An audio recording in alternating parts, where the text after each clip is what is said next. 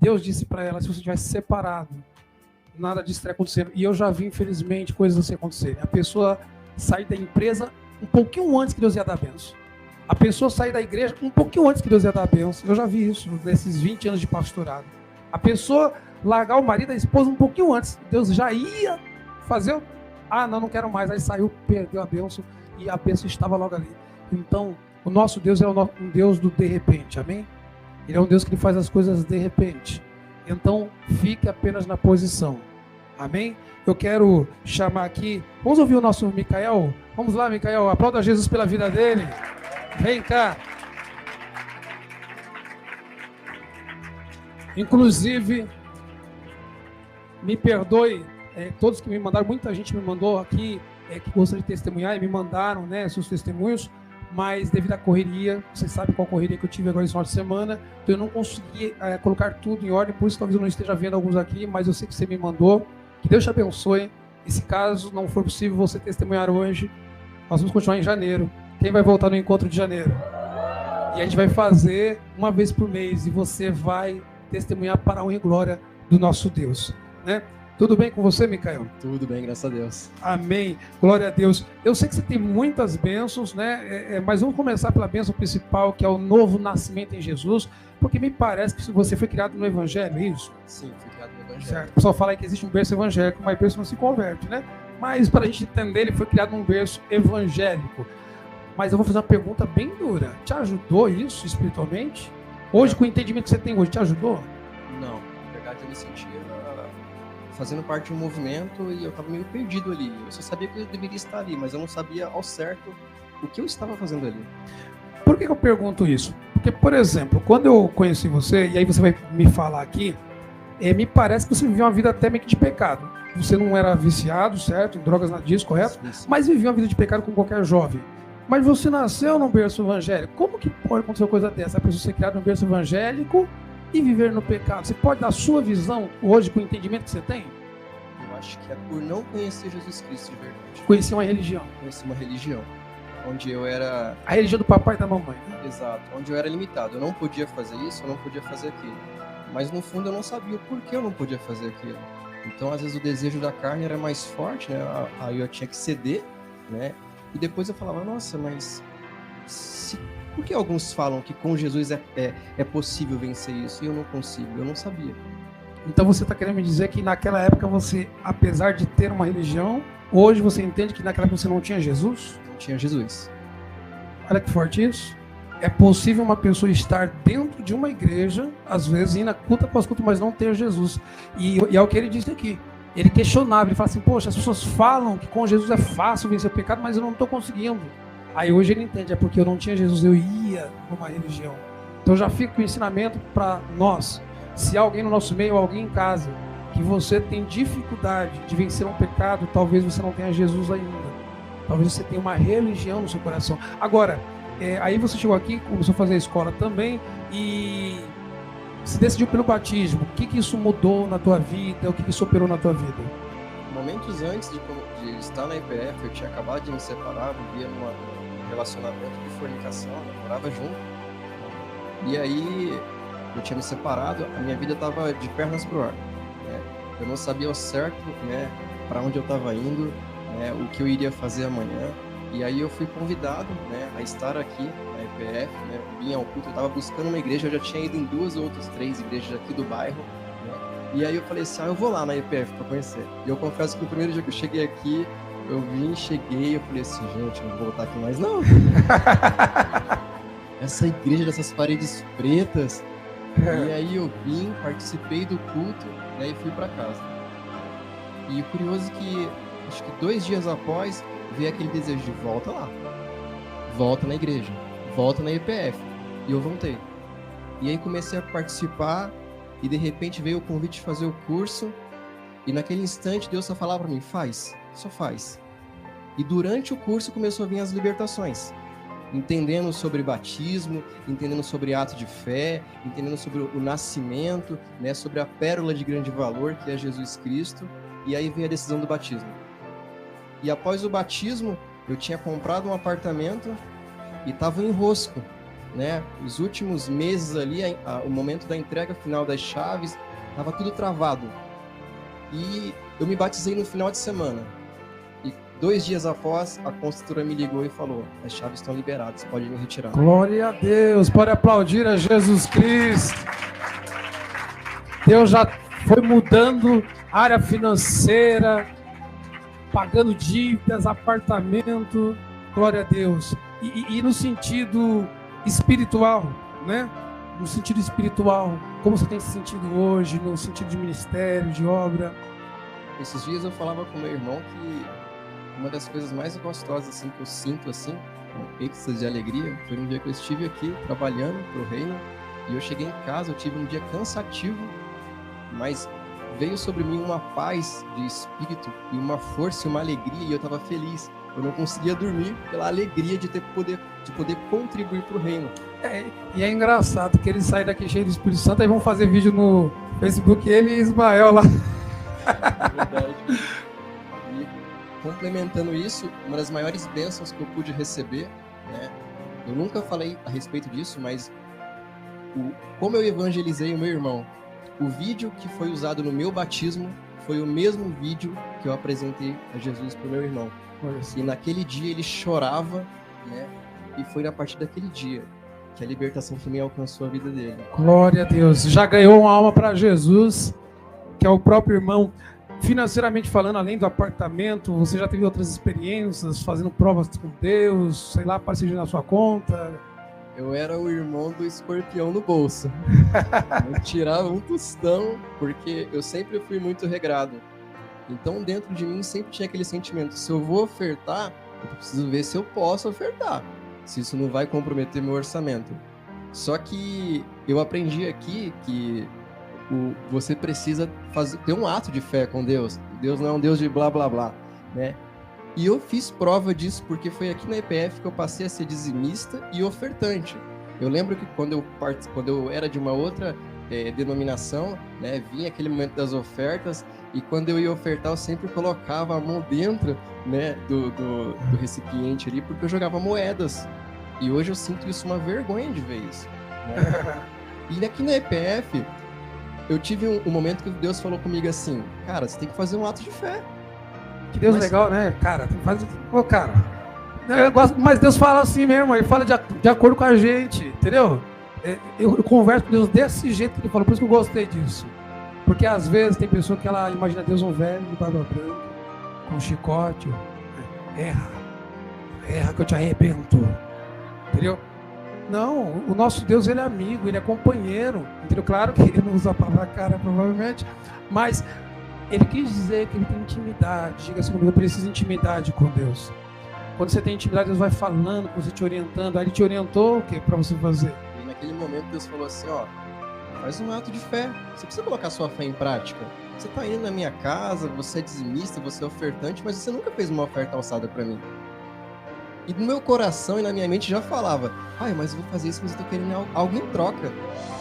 Eu queria algo em troca, né? E mesmo assim eu falei assim: eu vou fazer o ato de fé.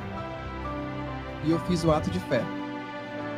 E acho que isso foi numa sexta-feira. Quando foi na segunda-feira eu fui chamado à empresa. Eu tive uma reunião com a minha gerente. Ela falou assim: olha, você tem cerca de 8 vezes o valor que eu tinha ofertado na igreja. Olha só. E eu falei assim: mas o que se refere a isso? Férias vencidas, 3 férias vencidas, multas sobre as férias vencidas. Eu não fazia ideia que eu tinha esse direito, que eu tinha aquele valor, mas eu entendi naquele momento, foi um estalo. Enquanto ela falava, eu lembrava: o ato de fé que eu fiz na sexta-feira ativou isso. E o curioso, porque eu falava assim: Senhor, mas eu estou fazendo isso, mas eu já estou querendo algo em troca. Deus me tocou o seguinte: eu sei que você quer algo em troca, mas eu quero saber se você está acreditando em mim, que eu posso fazer isso por você.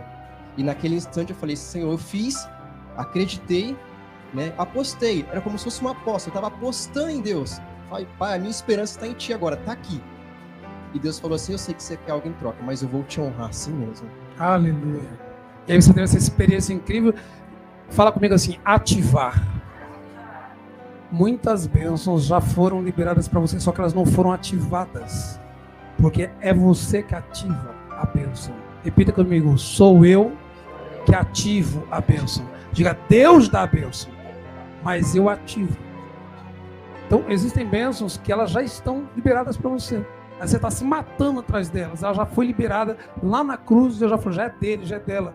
Mas alguma coisa que você faz com fé, que aquilo ativa aquela coisa. E eu fico feliz de ouvir que pessoas têm aprendido isso, porque tem pessoas que passam anos de igreja e não querem aprender isso, porque exatamente não estão a fim de ativar nada. Querem que ele caia tudo de graça do céu. Não querem fazer a sua parte. E oram, e jejum, fazem campanha.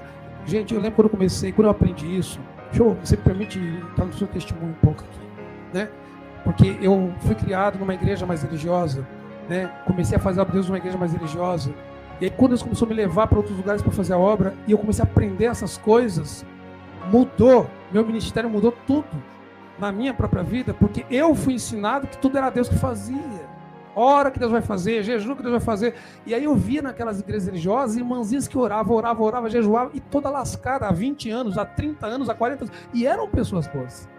E o mais interessante era isso, eram pessoas boas, não eram pessoas más não, certo? Mas ainda assim elas não ativavam nada. Existe coisas que você ativa na oração, tem outras coisas que você ativa com jejum, outras você ativa com oferta, outra você ativa quando você dá um abraço em alguém, outra você ativa quando você dá esmola. Você tem que descobrir como ativar as bênçãos que já foram liberadas para você. A nossa irmã que antecedeu o Micael, a irmã Kelly, quando ela fala que o esposo foi lá e sentiu Deus de doar aquele carro, na verdade eles ativaram algo. Significa que Deus resolveu dar a casa do condomínio para eles naquele momento? Não, a casa já havia sido dada para eles há muito tempo. Mas no momento que eles tomaram a atitude, eles ativaram a bênção que já era deles o tempo todo. O nosso irmão aqui, Micael, está testemunhando que foi chamado numa sala e disse, tem um dinheiro que você nem sabe que você tinha aqui.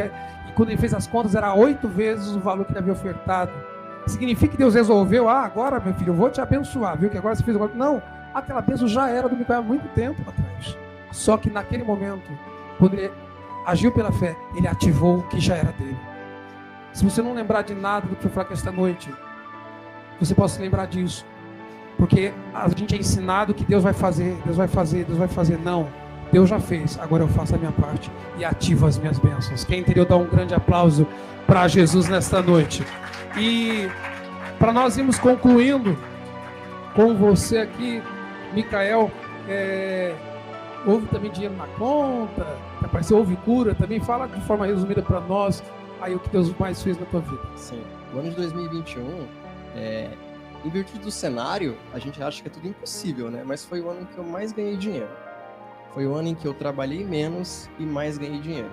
Né? Foi uma parte, foi um ano atípico, né? Eu lembro que eu estava na empresa e eu sempre falava, é o ano que eu estou mais ganhando dinheiro. O ato de fé que eu fiz liberou esses valores. Esses valores eram pertinentes a férias, né? E aí, passou-se alguns dias, né? Eu tinha feito uma outra oferta, né? E aí Deus também liberou dinheiro que estava de plantões e horas extras atrasadas. E eu falava assim, nossa Senhor, né? E por incrível que pareça, a segunda vez que eu ofertei, eu não tinha pedido nada em troca. Era só como uma retribuição. Pai, obrigado, tá aqui. E os dízimos e as ofertas também foram assim. Eu fiz prova de Deus com o dízimo. Assim que eu tinha pegado as chaves do apartamento, estava tudo muito apertado ainda. E eu tinha que reformar. E eu vinha de uma entrega e eu vinha orando. Eu falei assim, Deus, eu não tenho condições agora para poder fazer essa reforma. Mas eu creio no que está lá na tua palavra. O Senhor falou que eu posso fazer prova de ti. Sou dizimista fiel e tá aqui, Pai, eu me apresento a ti como dizimista fiel. E quando eu estava chegando em casa, né, a empresa ela tinha feito o pagamento. Eu esperava um valor X, caiu 4 vezes mais. Aleluia. E eu lembro que quando caísse aquela quantia, porque eu já tinha uma ideia do valor que iria cair, eu iria conseguir apenas dar o meu dízimo, né, ou eu tinha que escolher. Ou eu fazia a reforma e me mudava e não entregava meu dízimo, ou eu tinha que entregar o dízimo e não conseguir fazer a reforma. E iria ficar mais um mês preso ao aluguel. E eu falava, meu Deus, e agora? E já estava cogitando em tirar o dinheiro do dízimo. Mas antes mesmo de fazer aquilo, eu já estava orando. Pai, eu preciso de ajuda agora. E naquele instante, Deus foi lá e abençoou 4 vezes mais. Eu consegui dar o dízimo, eu consegui fazer a reforma e ainda sobrou dinheiro. Pode aplaudir a Jesus Cristo. Houve experiências de cura também, de Deus abençoar a família também, sei lá, a união da família. Sim, sim. O meu irmão, ele citou aqui, eu sou o irmão dos R$50, gente. O meu irmão, ele é uma bênção, né? Quando Deus me trouxe esse desejo de falar assim, traga ele para perto de mim, né? A libertação do meu irmão foi algo extraordinário. Hoje a gente é como se fosse, o pessoal brinca que a gente é um casal. E experiência de cura. Eu nunca tinha orado a respeito de uma cura na minha vida que eu estava sentindo assim. Mas eu lembro de uma ocasião que parece ser simples, mas não foi. Para alguém que nunca tinha feito uma oração pedindo uma cura, para mim foi algo extraordinário. E eu me tremia todo. Eu estava dentro de um terminal de ônibus, eu estava sentindo forte dor no estômago, eu não sei se era azia, o que era, eu sei que começava a me contorcer. E naquele instante, eu lembrei de tudo que eu aprendi aqui. Usar o poder que há no nome de Jesus e não ter dúvida. A oração ela tinha que ter convicção de fé. Eu coloquei as mãos sobre o meu estômago e orei. Isso no ponto de ônibus. No ponto de ônibus. Deixa eu te interromper. Existem pessoas, principalmente quem é mais religioso, que tem muitos anos de igreja, que tem vergonha de fazer isso aí. E por isso não recebe cura. Ah, mas eu estou em público. Aí é a oração da pessoa. Aliás, desculpa, nem bota mais. Ah, não saiu nada. Ai, meu Deus. Eu falei, tem um Doril aí, tem isso aqui. Não vai sair mesmo, não. Quando você entender que você não tem que se vergonhar daquele que te cura, daquele que te livra. Eu contei para vocês que houve uma vez que eu fiquei oprimido por coisas malignas, uma época da minha vida, e quando eu me dei conta daquilo, eu dei um grito. E eu imagino que os vizinhos devem ter até ouvido, porque eu dei um grito, mas muito grande mesmo, muito alto mesmo. Satanás, você me perdeu! Eu não estava nem aí se o vizinho ia bater no portão da minha casa e falar se eu estava doido. Eu só entendi que naquele momento eu precisava ativar o poder de Deus sobre a minha vida. E naquele dia Satanás me perdeu. Então entenda essas coisas. Ele estava num ponto de ônibus, sentiu uma dor, estava se contorcendo e ali ele orou. Eu não estou dizendo que ele gritou nem nada, mas ele orou no ponto de ônibus. Pode continuar falando. Coloquei a mão sobre o meu estômago, fechei meus olhos e comecei a orar. E eu falava em voz alta, porque eu estava de máscara. E quando eu tirei a mão, a dor acessou imediatamente. Mas foi algo impressionante, porque quando eu tirei a mão e a dor sumiu instantaneamente, eu fiquei olhando ao meu redor, assim, o que estava acontecendo, e eu fiquei me perguntando, isso é real. Isso é real. Aleluia. E quando você falou sobre um Deus que liberta, um Deus que protege, há uns dias atrás, eu estava dentro da empresa e estava tendo, há 2 dias, Deus me tocando de orar, de interceder pelos meus patrões, pela empresa que eu faço parte. Eu começava a orar e naquele momento eu senti tanta angústia que eu fui para o banheiro. Eu me tranquei e comecei a orar pelos meus patrões, porque eu aprendi também que a gente deve honrar os nossos líderes, né? As posições em que cada um ocupa, porque eles estão lá, porque Deus permitiu que eles estivessem lá. E antes eu era uma pessoa que ia contra. Eu não gosto do meu patrão. Aquele jeito dele. E eu comecei a orar por eles. E 2 dias assim, no 3º dia, eu posso falar que foi um livramento sim, porque nós vivemos um momento em que muitos estão desempregados, muitos estão passando por dificuldades. No 3º dia, houve um corte de 50% na folha de pagamento. E eu não fui desligado da empresa. Aleluia. E logo em seguida, a empresa me liberou de férias, que tinha férias acumuladas ainda. E me falou assim, ao final de ano você vai poder ficar tranquilo com a sua família e tudo vai ser pago. Glória a Deus, pode aplaudir a Jesus Cristo. Deus maravilhoso. Só mais uma perguntinha. Porque também no teu testemunho me parece que há uma experiência de Deus restaurar a sua união com o pai, com a família. Você pode falar um pouco sobre isso? Sim. Quando eu vim para São Paulo, o nosso pai tinha abandonado a gente, eu, Ismael, o nosso irmão mora no Rio de Janeiro, já tem a família dele lá. Mas isso causou um trauma muito forte nas nossas vidas, porque eu fui morar com um parente, meu irmão foi morar com outro, a gente foi separado, né? E isso eu era muito jovem, não estava entendendo aquilo ainda. Mas nas batalhas do dia a dia, às vezes eu via aquilo que me faltava, eu começava a cobrar o meu pai. Tá vendo? Eu tô passando por isso porque meu pai não deixou nada para mim. E eu começava a colocar ele contra a parede. E eu fiquei 15 anos sem falar com ele. Quando eu decidi pelo batismo, uma semana antes, eu liguei para ele. E aí ele me atendeu. Eu não lembro como foi isso, mas eu sei que eu liguei para ele, consegui o telefone dele. Eu falei assim: pai, tudo bom? É o Micael. Aí, na hora, ele ficou sem graça. Ele: oi, filho, tudo bom? Tudo, e o senhor? Eu tava na zona norte de São Paulo, eu falei assim: pai, eu vou me batizar. E eu tô te ligando hoje porque eu quero te pedir perdão. E ele falou assim: que isso? Eu que tenho que te perdoar? Eu falei assim: não, sou eu que tenho que te perdoar. Porque por muitos anos eu fiquei te julgando sobre as suas atitudes, o que você fez com a gente. Eu estava mais errado do que o senhor. Porque, na verdade, eu deveria pedir a Deus para ele, né, te abençoar, cuidar de você, porque ele colocou pessoas em minha vida que cuidou de mim. E eu estava distante de ti durante muitos anos e fiquei te jogando contra a parede. Então me perdoa, porque por mais que o senhor faça qualquer coisa contra mim, o senhor continua sendo meu pai e eu devo te honrar. Aleluia. E aí voltou a ter o contato. Voltamos a ter contato. Ele vai ser pai, né, vai ter um filhinho agora, e Deus vem cuidando dele. Vem reestruturando a família dele. Vocês voltaram a ter um contato e o seu coração saiu todo o peso? Sim, saiu todo o peso. Hoje eu consigo conversar abertamente com ele.